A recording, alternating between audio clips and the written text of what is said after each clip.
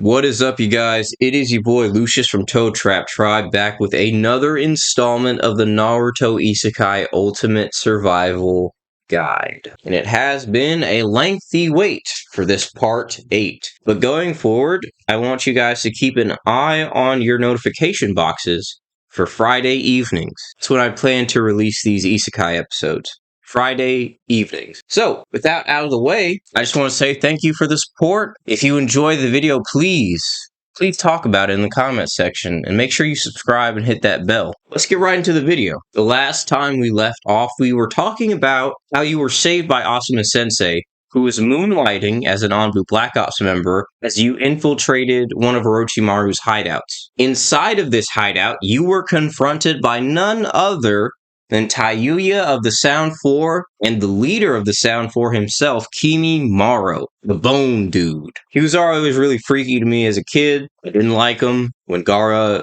rocked his shit, I was very happy. But moving on. Okay, so Asuma saves you. You realize that a lot of these ninjas out here are way out of your league. So we need to have ourselves a little training arc so we can bridge that gap, you know what I'm saying? And I truly believe that I've developed a technique. Well, it's kind of a ripoff of the Raikage's jutsu, but I do think I've developed a lesser version that will help us in our journey. So what is this rip-off version of the Raikage technique? Well, it is a spin on the lightning cloak that the Raikage uses, but this one is not going to boost us offensively. Had to make it different somehow. But this one is actually going to use defensively. Because your chakra nature is of the fire type, it means you can cover yourself in fire now. Now, why is this helpful? Why is this defensive? Well, for starters, who on earth is going to touch somebody made of literal fire? I mean, look at Portgas D. Ace. Well, don't look at that. We don't talk about that. Get that off the screen, please. Too many bad memories. But this fucking aura of fire acts as a deterrent for a lot of ninja that would like to fight in close quarter combat. So that's good for you. But what other uses do we have? What other applications are there? Well, you can actually branch out these flames into a sort of structure. Not unlike Sasuke's flame control, and not unlike Naruto's chakra cloak when he can manipulate like the chakra arms and things of that nature. Now, of course, the difference is, at least in part 1, Naruto's chakra arms act independently of his thought because he goes into these rage states and he really isn't thinking all that coherently. But you have total control over these flames that branch out. I mean, you pull this out of your bag of tricks, and a lot of people aren't really going to know how to deal with it. Because this is a version of a Kage level technique. It's your own version, but it is of a very high level technique. And why did I choose this one specifically? Well, if you think about Naruto, you think about Sasuke, how they have a A-rank jutsu, or better, in their arsenal. Even at this early stage, it really separates them from the rest of the Genin class. I mean, Naruto has a couple. Honestly, he has the summoning jutsu as well. Could you imagine if he pulled that out against Neji Hyuga? I mean, I'd disqualify him personally, because that seems a little unfair. But it would have been fucking hilarious to see Neji try to deal with Gamma Bunta. Are you serious, my brother?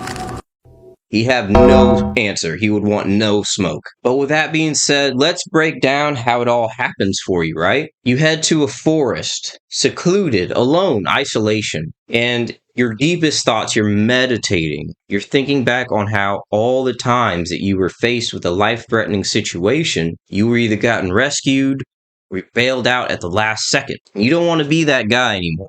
So you focus, you concentrate deeply. It keeps growing and growing. And a release of power just expels from you, absolutely setting the fucking forest ablaze, you heartless son of a bitch. Countless plants and animals have been killed in your training accident, but it's all good, right? Because now you're strong. And for a couple of weeks, all you're doing is pouring your focus, your body, your mind, soul, all of it, into mastering a new technique that would bridge the gap between you and some of the powerful opponents that you've faced so far. Which is why we took the inspiration from the Raikage's lightning cloak, because we needed a powerful jutsu that was going to rival the Rasengans and the Chidoris.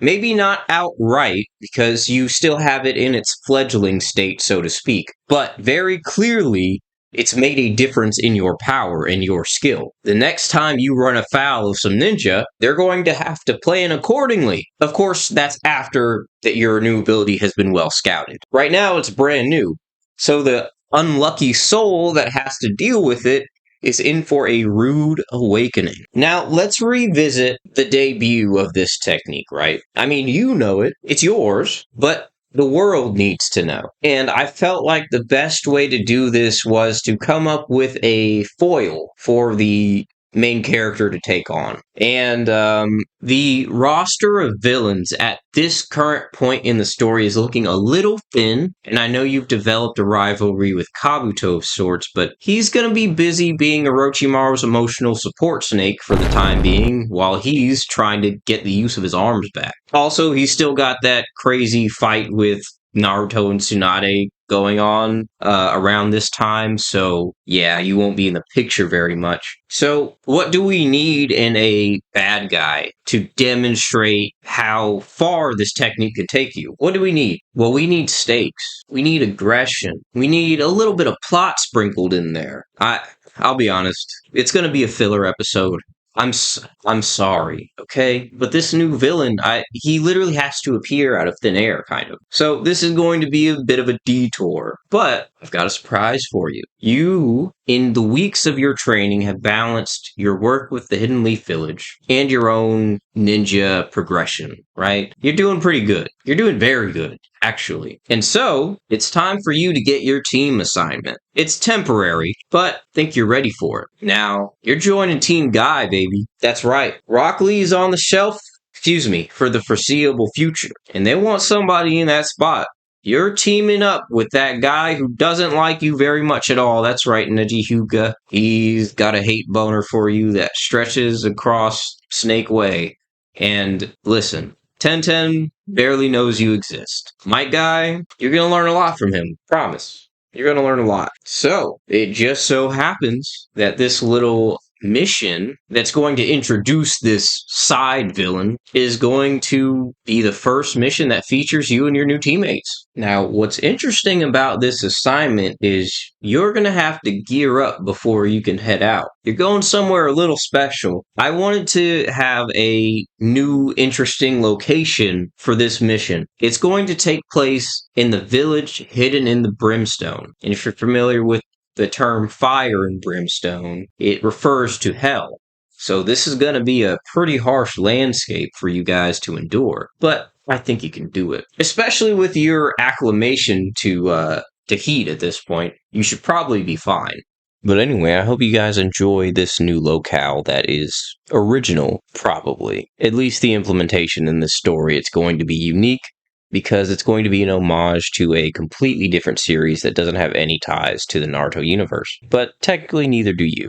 You're trespassing here, so it's all fair game in my opinion. Now, once these themes start to pop up, if you guys can figure out what show I am referencing, you should leave a comment. Heck, you can guess right now, but I don't think you're going to get it. Not yet. There's not enough hints. But let's skip that for now. We'll get into it more later. Let's go meet your new teammates. So first of all, we are greeted by Guy Sensei. He's enthusiastic. He puts on a brave face, or he puts on a smile when he meets you. But you can kind of tell that he really wishes his star pupil was here. He's not going to show that to you, though. He's 100% locked in like the guy that we know and love. Tenten, on the other hand, is somewhat indifferent to your presence. She, too, would rather have Lee here, but she's too interested in other things to really consider your presence too much. You get a head nod as way of acknowledgement, but not much more. That boy Neji, on the other hand, he straight up doesn't like you.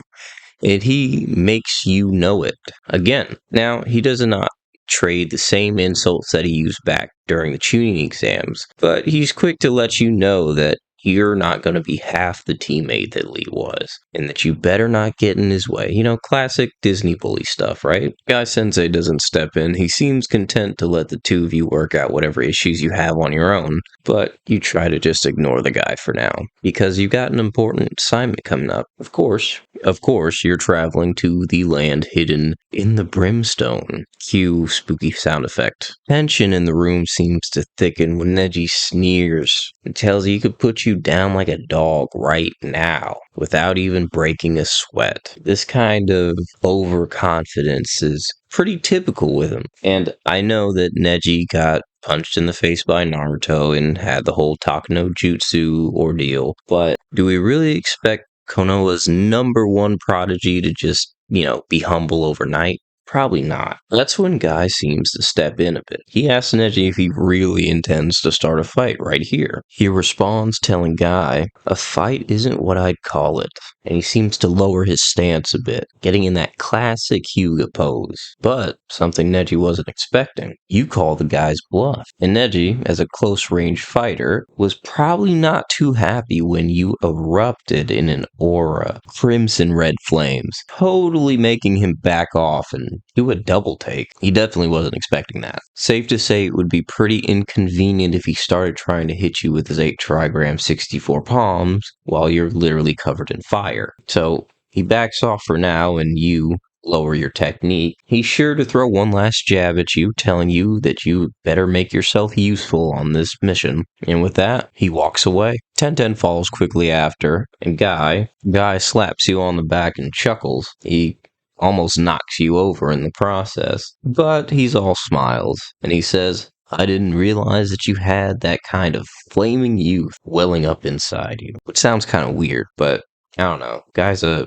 weird guy. Anyway, that's besides the point. It's time for your mission to begin. And when I tell you that the next episode is going to be action-packed, thrilling, edge of your seat kind of stuff, believe me. And we're going to be getting into that next week. Remember, Friday evenings. Keep an eye out Friday evenings. That's when we'll be back, guys. Thank you so much for watching. You guys are great. Please leave a comment, like, subscribe. I love talking to you guys down in the comment section. Without further ado, have a good one. See you guys in the next one.